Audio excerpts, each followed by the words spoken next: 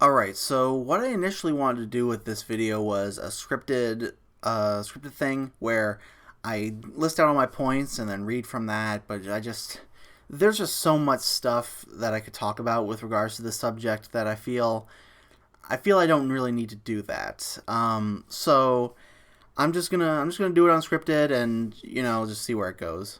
So first off, I think it's safe to say that a lot of these new characters that are coming to the game are going to be reused from Eyes of Heaven. Like, they're going to have assets that are taken from that game and repurposed for this game. This just makes a lot of sense from a development standpoint, and I think it also helps that a lot of the characters they chose for Eyes of Heaven, they were the really good ones, like the ones that people wanted most out of all of them. Like, you got Stroheim, Diego, Trish, like all these different characters that people really wanted and would have loved to see in All-Star Battle. So yeah, I think a lot of the characters from Eyes of Heaven, like the new characters from Eyes of Heaven, are going to be added to this game. If I had to give a sort of ratio for it, I think it would be more close to 60-40. I think we're going to see a majority reused characters, as much as some people might not like that. But again, these are really popular characters, the kind of characters people really wanted. So yeah, there's nothing wrong with that, if you ask me. I also feel that the Part 6 anime is also going to have a major influence on which characters they choose for this game, because it was sort of the same thing they did with Eyes of Heaven. The Part 3 anime was the most recent one at the time, so they incorporated a lot of stuff from Part 3. Most of the new like Part 3 got the most new characters for Eyes of Heaven. They had an entire minigame involving Darby, where you had to gamble against him in poker. The original storyline for the game, was very much centered on that Dio Jotaro conflict.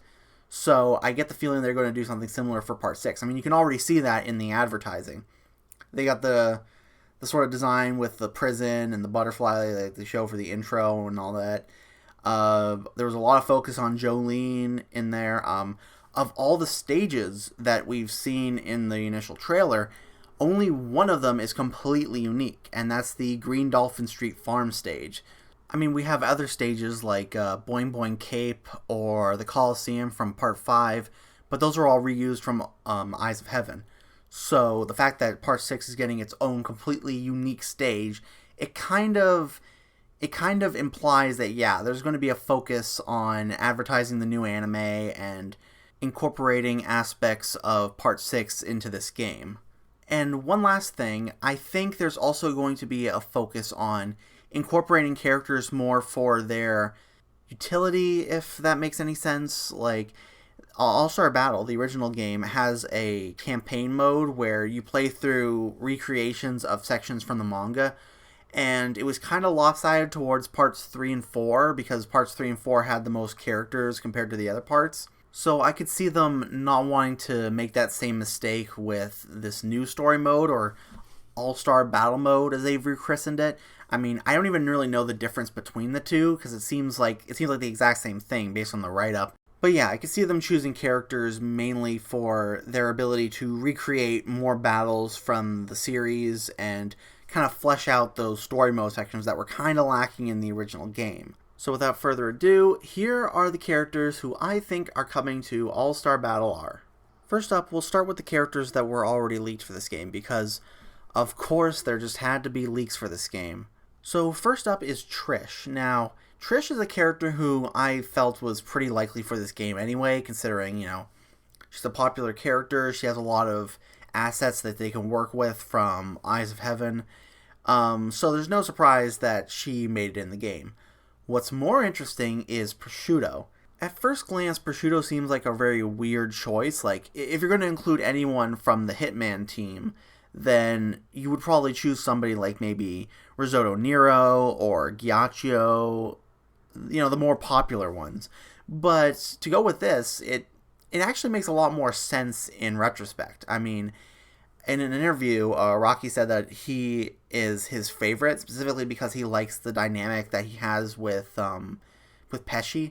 So it kind of makes sense that way. Also, they have the Neapolis train station stage, so they could recreate that fight, the Grateful Dead fight. I can understand why, in retrospect, they would want to add this character of all the characters from the Hitman team. As for how he'll fight, I think it'll be different from a lot of stand users, where he's not going to use his stand for much in terms of physical attacks. It's more so going to be for debuffs, and his own physical body is going to do a lot of the heavy lifting. He'll have to punch and kick and shoot, but the ability to de-age people as a debuff would compensate for the lack of physical force that he has compared to other stand users. There's also the fact that he would probably incorporate Pesci's Beach Boy stand into his moveset. I imagine it's sort of like with Jay Guile, where, for Whole Horse, he uses them for throws and one of the special moves. So I get the feeling it's going to be something similar, where he uses his hook to kind of grab people and bring them closer. And for one of his special moves, like, Pesci just kind of drags them around and slams them around with Beach Boy, and then it ends with him shooting the opponent, like, point blank with a handgun to kind of recreate that iconic line that he has. I mean, I don't know if that's exactly what they're going to do, but if I were them, that's exactly what I would choose to do, because that's just perfect. That's the perfect way to incorporate the character. So next up are the clone characters, New Moon Pucci and Alternate Universe Diego. Now, why do I think these characters are getting in? Well, based on a lot of the early material that we have, it appears that Pucci is being split into two, much in the same way that he was in Eyes of Heaven. In this screenshot here, you can see that he doesn't have his 14 phrases meter above his special move meter. So it seems like they're kind of, well, unless it's just so early in the development that they haven't put it in yet, though they have for every other character, it seems that Pucci is being split into two characters. Like, so one will have White Snake only and have an entire moveset based on that, to represent his earlier adventures, his earlier battles. And the second one will be him with Sea Moon, and you can access Made in Heaven from there. I think this is probably for the best, considering in the original game, it took so long to fucking get to Made in Heaven. Like, his entire moveset is predicated on the idea that you gotta keep making your way towards heaven. You gotta take out the baby whenever you have a moment to tell it the 14 phrases, and then you have to build up your meter so you can use the move that he does where he goes and ascends to heaven and unlocks Made in Heaven. It's very cumbersome. It's probably something that people just don't like doing very much, so I could see them wanting to get rid of that. My second piece of evidence is the roster image. Now, the image that you're seeing here has 52 characters plus Bao, with 13 empty spots, though it seems that one of those is absolutely for normal Pucci. But originally the roster image only showed 50 characters, just a flat 50 characters. No Bao, no 2 extra slots, and if you know anything about game development, you know that they don't just add characters in the next trailer and be like, oh no, we accidentally forgot these guys. No. Usually character rosters are decided somewhere closer to the beginning of development, so they know, like, these are the characters we're going to include. And I can't see them being like, well, we actually have 53 characters, but for this initial trailer, we just kind of forgot to put them in, and now we're rectifying that with the more recent trailer, with a more recent roster image. Like, oh, you're the characters we forgot. I think this means something. And what I think it means is that these characters are sort of extra or outside of the core 50 that they're advertising for this game. And as such, the only kind of extra characters that come to mind are Alternate Universe Diego and New Moon Pucci. I mean, that just kind of makes a lot of sense. Now, there's also Part 4 Jotaro from Eyes of Heaven, but I get the feeling that that's going to be more relegated to an alternate costume, if anything, because, I mean, it pretty much just is Jotaro with very little change. Like, there are a few small changes here and there, but most everything is the same. There was also data in the files for Eyes of Heaven that suggested they were going to have a Part 6 version of Jotaro. I imagine whatever assets they had for that are going to be incorporated into a new costume for Jotaro for this game. Maybe. Well, considering that Part 6 is, again, that's the anime part that's coming out, I feel like it's likely we're going to see an alternate costume at the very least. So with alternate universe Diego being in the game, of course this would directly confirm that normal Diego is coming to the game. And honestly, that's another character like Trish where I have very little doubt that he's going to be in the game.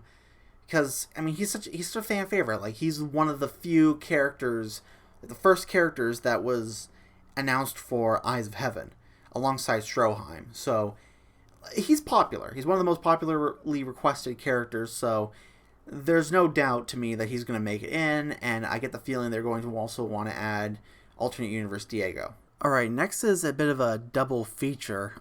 It's Mariah and Yukako. I get the feeling that one of these characters is going to make it in the game. As for which one it is, I think it all comes down to whether or not what I'm about to show you is, well, if it means anything or not. So this game, much like the previous game, has an ESRB write-up for it, like a rating summary. And it goes over a bunch of the content that's found within the game, particularly the kind of details that are a bit mature, a bit risque. For example, a character gets crushed by a steamroller or hooked away by a speeding train, that kind of stuff. One of the things they mention is regarding female characters, so I'll read that here. Some female characters are designed with jiggling breasts and or perform suggestive poses. Example, wiggling buttocks, puffing up their chests. The first part there that says female characters are designed with jiggling breasts, that sounds very specific to me. Because that doesn't really match any of the characters we have in ASB, or any of the characters we know are in the game. So the only one that it really matches, or would match, is Mariah, because she's the only character who is designed with like a large chest. And this would match up with a lot of the things that we already know about the game, Like, they're going to be reusing a lot of assets. Mariah was in Eyes of Heaven. They're going to be incorporating at least one character per part, it seems. So, for part 3, I could think of the characters that already exist. Mariah is probably the best bet, because Endul he just sits around, and he relies on Geb for most of his attacks. Like, otherwise, he's incredibly feeble. And Pet Shop's main gimmick is that he's a bird, he's a falcon, he can fly around. So he needs a lot of room for that, and that doesn't really work in a place where you gotta get up close and personal with your opponent. Plus, having a character who flies around and it's not like part of their special gimmick, that would really suck. Like, imagine some small flying thing that you have to fight, and it would just suck. So yeah, I think of all the characters from part 3 that they want to bring back, I think Mariah is the most likely. Now, a lot of this, of course, is all predicated on whether this ESRB rating thing actually means anything, because it's possible that it's just a general boilerplate thing, and they even consider, breasts of any kind to be really large. I doubt it, but the possibility is there, and assuming this is complete bullshit and doesn't mean anything, my runner-up would be Yukako. Much like Mariah, Yukako is a character from Eyes of Heaven, and she has a lot of assets. She would also match well with the Boing Boing Cape stage. We know that's coming to the game, so it'd be kind of weird to have that stage, which is central to her most major fight, but then not have her there, especially if you'd want to, flesh out the single-player mode with another battle against her, playing as Koichi, and you're able to, just reenact that scene. So it would be really weird not to have her.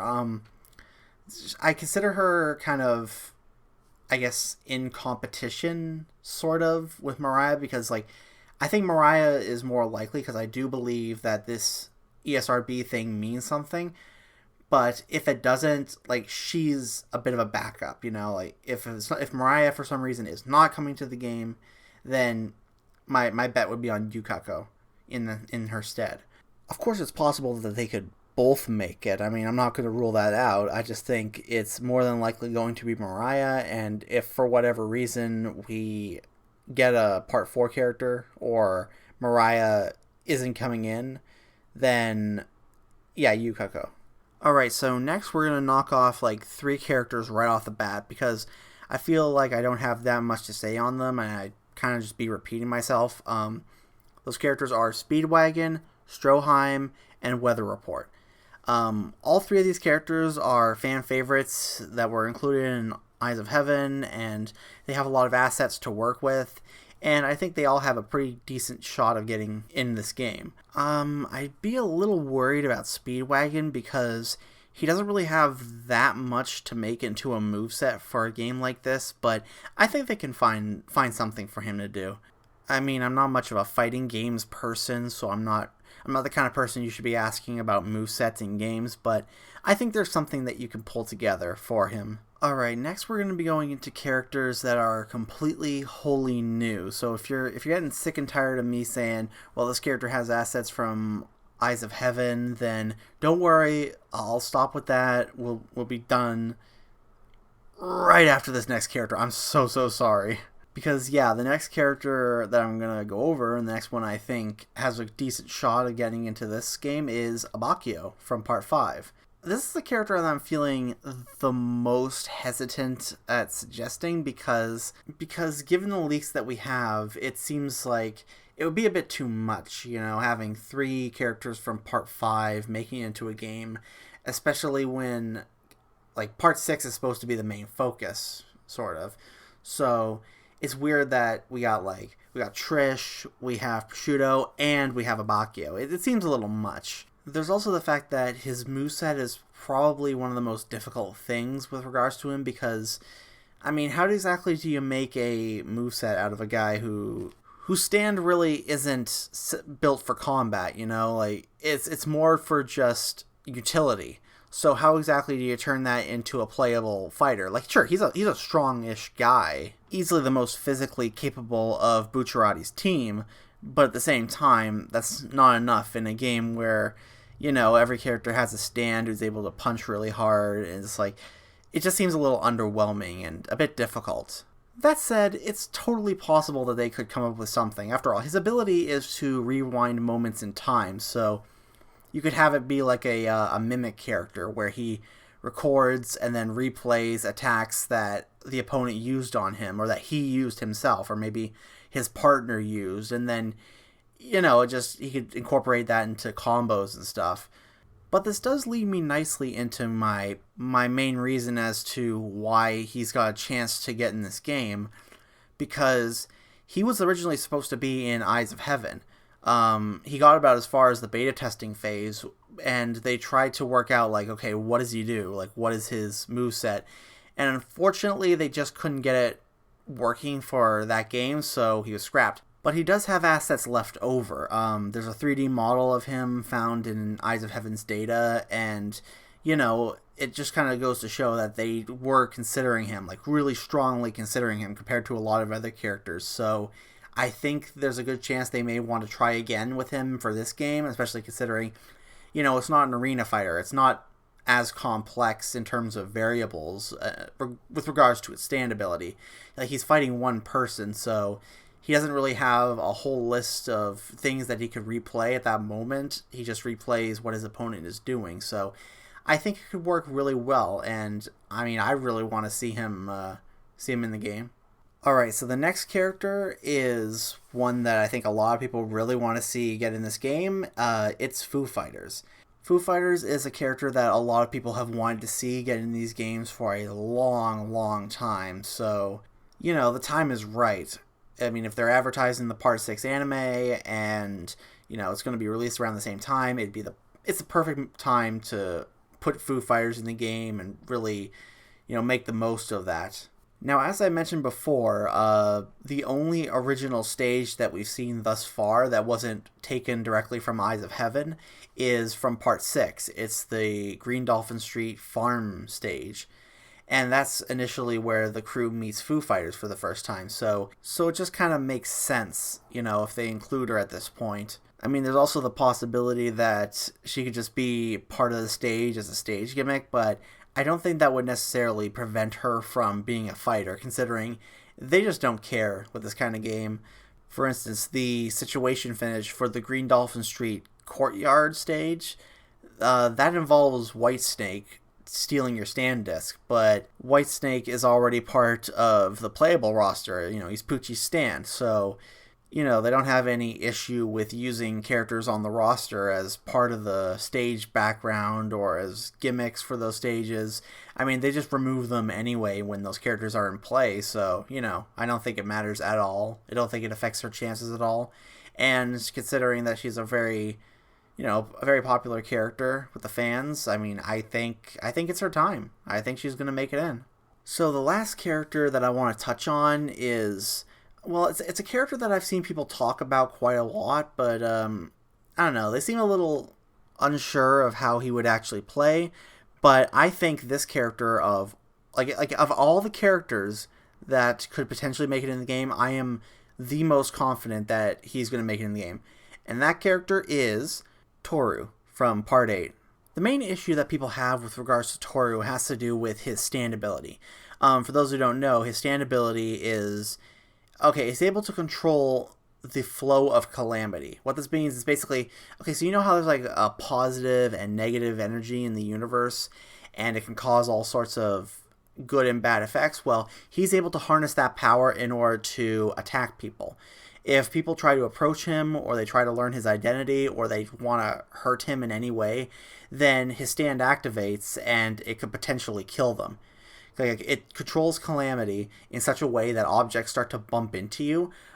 Stuff like raindrops will become lethal, and say cars and trays and other stuff will just bump into you, and it's a pretty powerful ability. I'm not gonna lie, really, really powerful ability.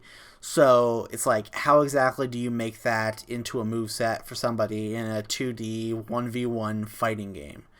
And I think it's actually a lot simpler than people are giving it credit for.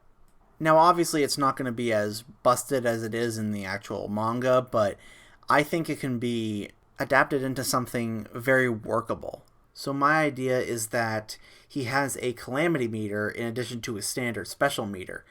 And if the opponent attacks him or even moves towards him, that calamity meter starts to build up.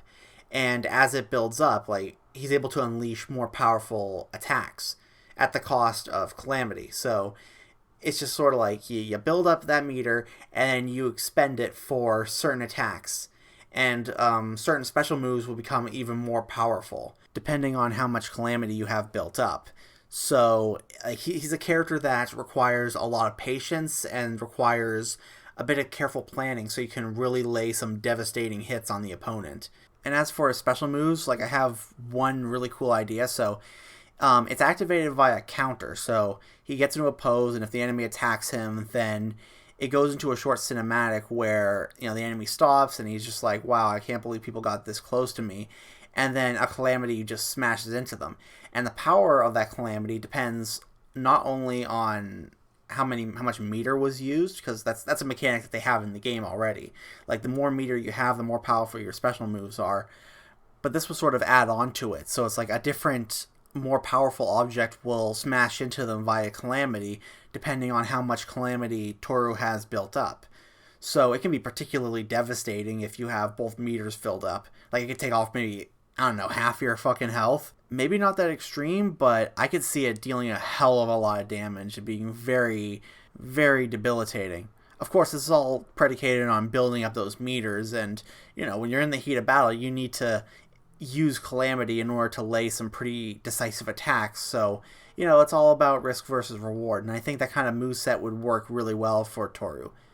Yeah, as much as I said earlier that I'm not much of a fighting games guy, I do think this is a really neat idea to make his moveset and his stand ability work. As for why I think he's going to get in, I think it all has to do with, this is going to sound like some Smash speculation bullshit, but I think it has to do with the fact that he's the main villain of Part 8, and we have all the main villains from Parts 1 through 7, so it only makes sense if you include the villain for Part 8, because Part 8 has concluded. We're still waiting on Part 9 as of the making of this video, but that's about it. His ability has been shown off, we know what he's capable of, and it would be really weird if you have all the villains from the previous parts, but you just didn't add Toru at this point. And with that, there we go. These are the characters who I think are going to be in All-Star Battle R. All the brand new characters. I think this is a pretty balanced roster. There's at least one character from every part, except for maybe part 3 and or 4. But I think this is a really good roster. Like, if this was the final roster, I would be 100% satisfied. I think this is absolutely perfect. Of course, it's too early to say if they're going to add DLC. I actually really hope they add DLC. I mean, again, if this was the final roster, I would be completely 100% satisfied with that. Like, this is a fine roster. The kind of thing that you really would add if this was, you know, the perfect JoJo fighting game. And yeah, so that's the end of the video. Alright, let me know in the comment section what you think about this, if you have any ideas for character movesets, or which characters you want to see in this game, or which characters you think are going to get in the game. Any of those at all, leave them in the comments, let me know, I'd love to talk to you guys about it. Or, you know, anything else that isn't related to characters, like stages, or costumes, or other cool things like that. Yeah, leave it in the comment section, let me know. And yeah, I'll see you guys later in the next video. You know, assuming I make any more videos about JoJo ASBR. I mean, I might, you know, go over certain things or whatever. Alright, bye.